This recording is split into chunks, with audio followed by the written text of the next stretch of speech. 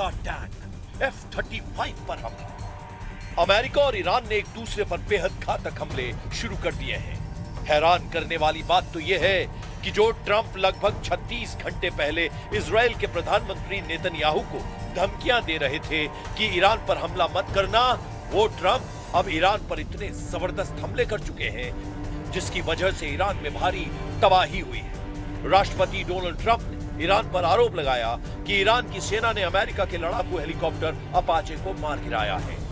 American central command यानी CENTCOM की तरफ से दावा किया गया है कि ईरान ने अमेरिका के उड़ते टैंक यानी अपाचे को उस वक्त मार गिराया जब वो एक मिशन पर था।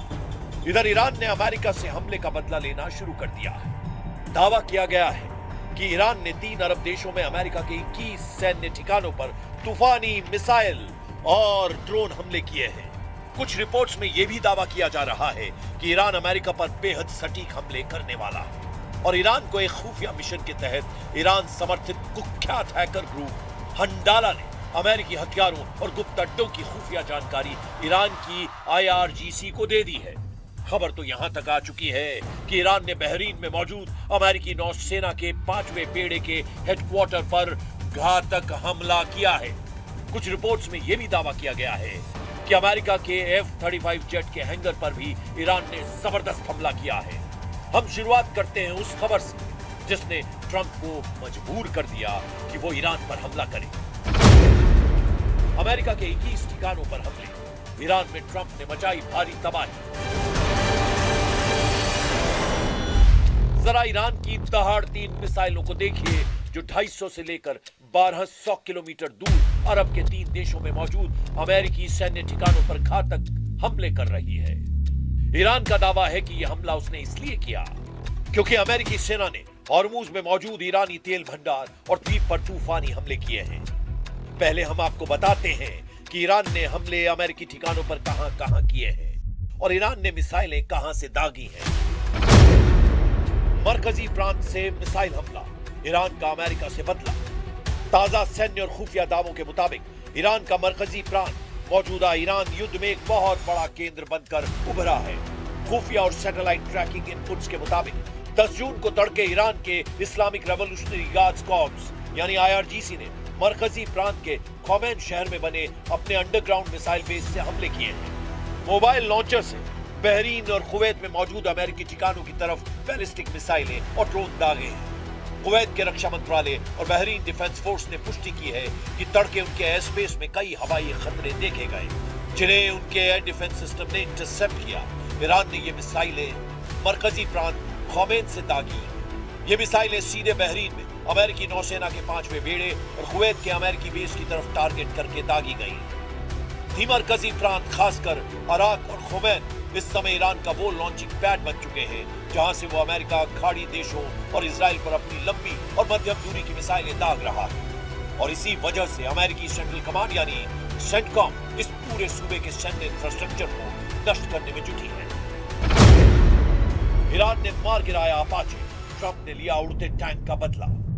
दावों के मुताबिक 8 जून 2026 को अमेरिकी सेना का AH-64 Apache attack helicopter Oman के तट के पास हॉर्मुज में गश्त कर रहा था।